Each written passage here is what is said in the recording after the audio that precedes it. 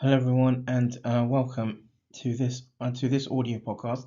This audio podcast, as part of a Phantom edition. This audio podcast, as part of a Vertex Roulet. This audio podcast, as part of a Lobostics Machina, and this audio podcast, as part of a Storm Robotics production. Uh, in in and through the UKKW 2022 research poster presentation was put forward in regarding relating to a review of pathology and analysis of approaches to easing kidney disease burden, and looking at host pathogen communication and biomedical visualization. um, this works was collaborative between an academic institution in the United Kingdom, an academic institution in the United Kingdom, and the social media platform, the Renal Patient Support Group, the RPSG, and also a collaboration a collaboration where there was a sort of an affiliation with one of the NHS trusts in the southwest region in the United Kingdom. So before going on, listeners, as part of this is to inform that the the the works around this works and the works had been put forward as a chapter a book towards a book chapter in a Springer publication, being a publication being a publication in around and toward pathology, and the book chapter is in around this works is through the book publication in regard to biomedical visualization. So a little bit in regard to the introduction and around this research poster presentation that was put forward for the UKKW in 2022. So since in around December 2019, the severe acute respiratory syndrome coronavirus 2, or SARS-CoV-2, spread globally, causing COVID-19 to be problematic and implicating health risks across the globe. The coronaviruses can affect multiple organs in humans, like kidneys, increasing the mortality, especially in those who are immunosuppressed and immunocompromised. Moreover, the lack of treatment forces the biomedical and pharmaceutical industries to seek approaches to offset healthcare crises. Where there is a lack of effective treatment for SARS-CoV, SARS-CoV being COVID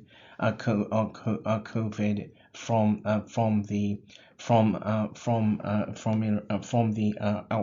outbreak that stemmed from 2000 from early 2000, around 2003, and SARS-CoV-2 and SARS-CoV-2 or COVID-19. A more indirect approach should be considered to low probable risk and onset of disease amongst immunocompromised and immunosuppressed individuals and healthcare service users. The research surrounding COVID-19 has been progressive. It is important to reduce disease mortality at epidemiological and population level. However, the understanding of structure and pathology of coronaviruses, especially surrounding host pathogen communication and visualization, requires insight. So, in regard to sort of the biomedical aspects around the biomedical classification where coronaviruses are concerned. So coronaviruses are more a recent discovery than that of the than that of the sort of taxonomy than that of the taxonomy that is where coronaviruses are have have sort of have their taxonomy and the etiology around that of being adenoviruses that fall under the same category, and where retrospectively there has been more taxonomy investigated. The first coronavirus strain, however, that being B814, was discovered in 1965 by scientists Tyrrell and Tyrrell by scientists Tyrrell and Bino, where biomedical specimens were collected from a respiratory tract from the respiratory tract of a patient or recipient with the common cold. Subsequently, then some samples were then linked directly to human volunteers to develop disease and evidencing the presence of infection agents. Thereafter, works who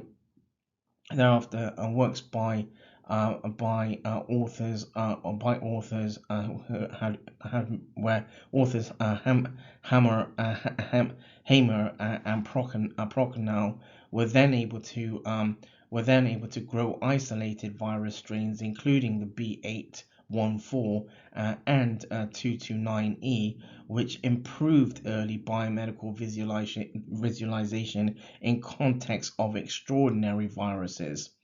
In around the aims and objectives, so this works, or in around this works was to around this works was the aims and the objectives were to understand and investigate causes and potential around the mechanistics during severe acute respiratory syndrome or SARS infection CoV-2, and investigate the renal interaction and the effects of acute kidney injury, or AKI.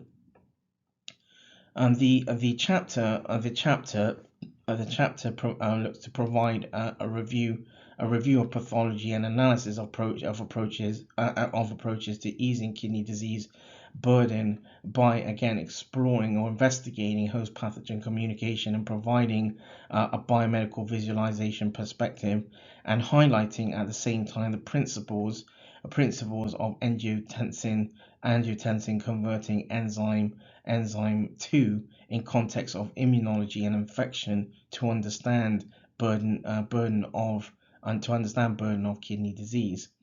So in context now of looking at healthcare, the healthcare complexity. So based on taxonomy and pathological features, a team of eight virologists decided to classify taxonomy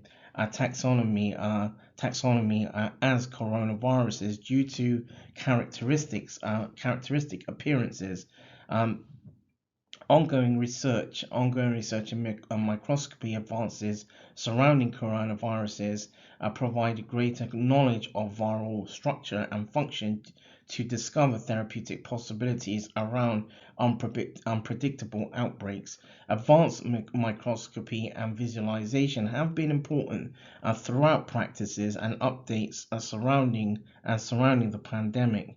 Regarding the pharmaceutics now, regarding the pharmaceutics, angiotensin converting enzyme inhibitor 2, angiotensin converting enzyme inhibitor 2, or ACE2, ACE2 has a sort of a diverse interplay as SARS-CoV-2 impounds respiratory health, and the implications prompt symptoms that have been highlighted in literature relating COVID-19 pandemic and relating COVID-19 pandemic had become more obvious in following the SARS outbreak from Wuhan province in China in 2003.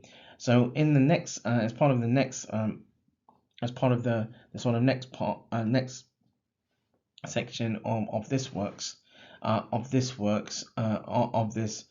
research poster presentation, I look at sort of the correlation with renal health, or correlation in regard to renal health, and novel therapeutic strategies relating to preventing COVID-19 symptoms and symptomologies, and where these are considered. So looking at sort of the biomedical visualization and looking at the biomedical visualization and beginning with the renal and COVID-19 correlation. So it had been highlighted that the first pandemic caused by coronaviruses, or SARS-CoV, occurred in around 2002-2003 in Asia, wherein 8,096 recipients wherein 8,096 recipients were evaluated as positive for the virus, and as a result 774 deaths had been documented. Despite common acute respiratory failure caused by diffused alveolar damage, multi-organ failure was noticeable, wherein there were cases of severe hepatic failure, and acute kidney injury, or AKI. An investigator from Hong Kong, after evaluation, highlighted that 536 SARS of cases, around 6.7% of patients or recipients, also developed AKI, acute kidney injury.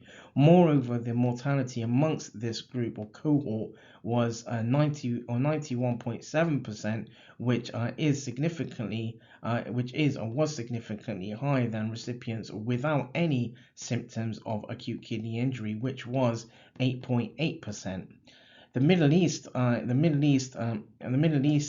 respiratory coronavirus, or MERS-CoV, induced two epidemics. One in 2012 surrounding countries in Middle East, and one in 2015 in South Korea. In South Korea, the MERS-CoV implicated the lives of 2,562, resulting in 881 deaths.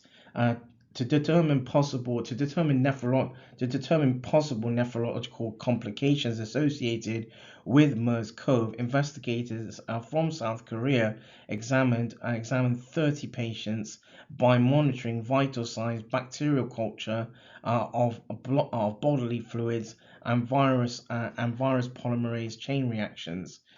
within a testing cohort, proteinuria occurred in about in proteinuria occurred in 40% of cases, hematuria in 63.3%, and acute kidney injury developed in 26.7 and 26.7% 26.7% of recipients, mostly in the in the in amongst the elderly, in the elderly. Now looking at sort of the biomedical visualization and analysis of COVID-19. So in around COVID-19, the coronavirus is divided into four genera. So alpha coronavirus alpha coronavirus HCOV 229E, HCOV 229E, or H and HCOV NL63, and then beta coronaviruses HCOV and HCOV OC43 and HCOV HCOV HKU1, and SARS-CoV, MERS-CoV, and SARS-CoV-2, which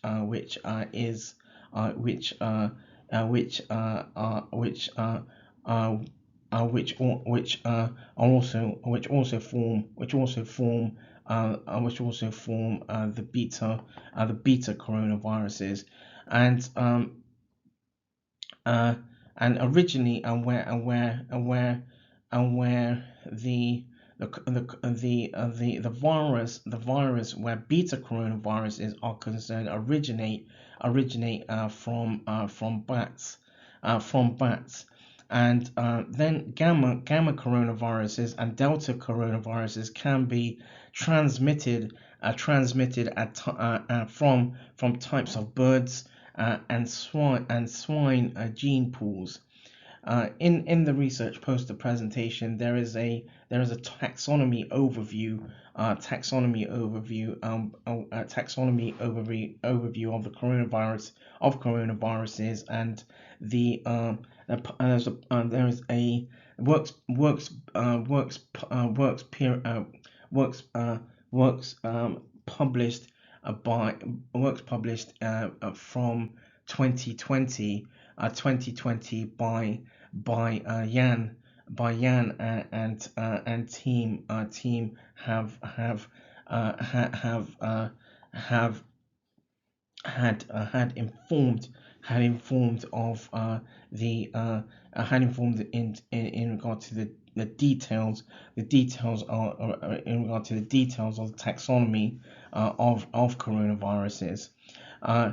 A SARS-CoV-2 virion contains an unsegmented single-stranded positive sense RNA genome of around 30 kilobases, which encodes crucial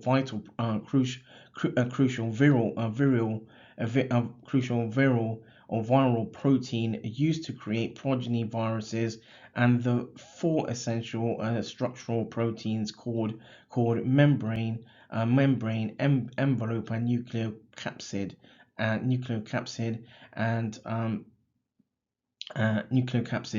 and spike. As far as airborne viruses are concerned, SARS-CoV-2 is transmitted between humans due to entering the viral particles to the upper respiratory tract. The viral entry occurs by the binding of the spike of glycoproteins. Just to additionally inform here, listeners, is that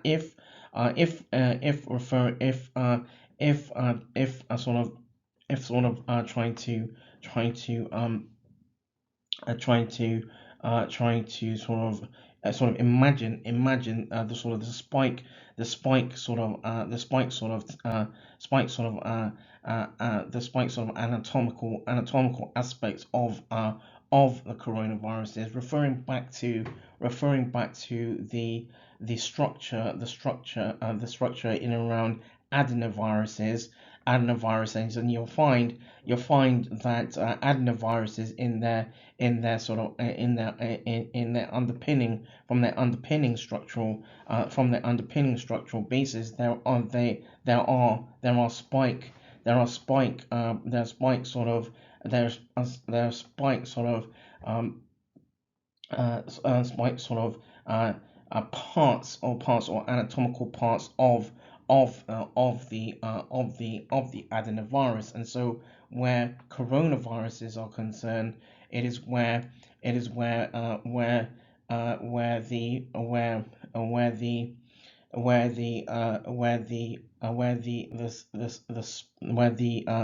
where the spike aspects of the structure the structure of coronaviruses are poised to prompt a sense of virulence where they are prompted through their structure to cause or prompt infection. And so the viral entry occurs by binding of these spike glycoproteins, which are referred to as which are also referred to as homotrimers.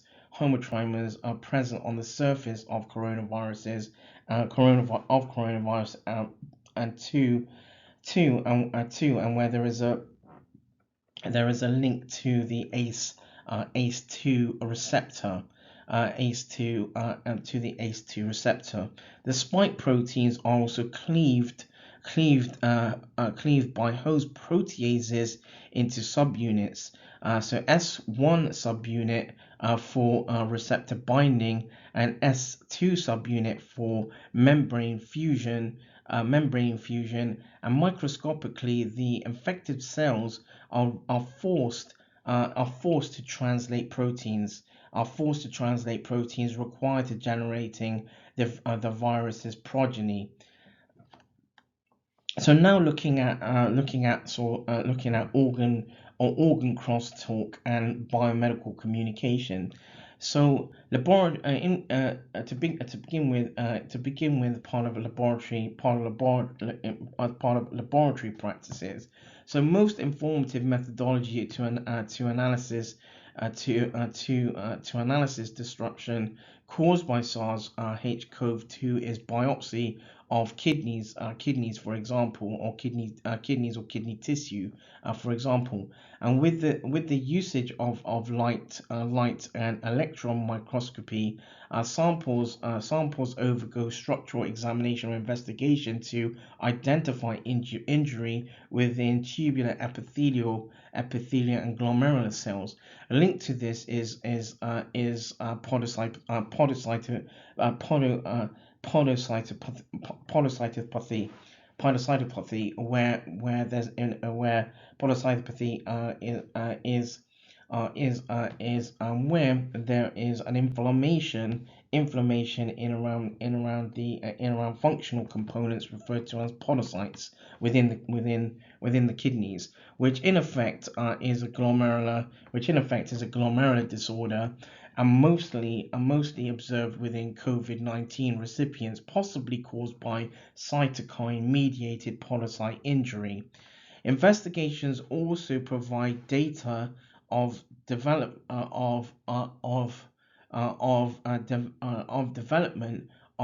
acute tubular injury, or ATI, as predominant major effect of SARS-CoV-2 infection. Results of predisposed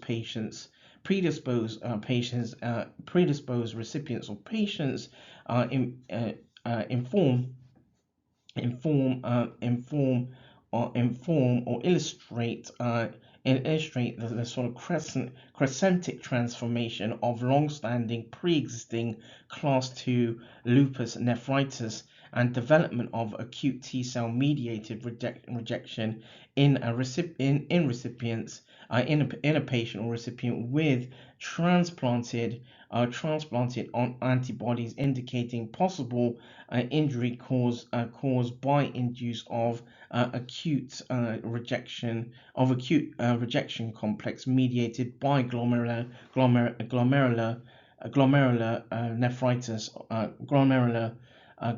nephritis. Microscopy evaluation or investigation has demonstrated absence of virions within kidney cells in all recipients. Immunohistochemical investigations selectively identify antigens in tissues and cells of sections by exploiting principal antibodies binding specifically to antigens in biological tissues which show foreign viral genome in kidney cells. For SARS-CoV-2, the stain for the ST subunit of its spike protein and nucleocapsid proteins are performed for the usage of appropriate monoclonal antibody. For all investigations, the results demonstrate the absence of virions within kidney cells. Microscopy evaluation of kidneys in recipients or patients with COVID-19 provide a range of renal complications. This is a requirement for further. There is a requirement for further investigation to understand data, which could potentially provide clearer understanding of renal microscopy affected by COVID-19.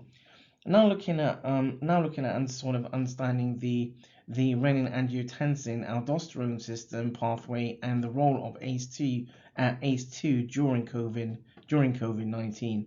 So the renin-angiotensin aldosterone system is a multi-hormonal regulator of blood volume and systemic vascular resistance. Angiotensin is cleaved by renin, forming inactive decapeptide ANG1, which is next converted by ACE into active octapeptide ANG2 octapeptide ANG2. The binding of ANG2 with adequate angiotensin receptor AT1 or AT2 leads to hypertension, inflammation, and multi-organ failure. Works by authors Geblawi and team in 2020 and Guo and team in 2020 inform common and potent antiviral drugs antiviral pharmacotherapy. However, before these, ACE2 inhibitors had been available to prompt blood flow between renal afferent and efferent arterioles, which subsequently action oxygenation of cells throughout general physiology. ACE2 performs more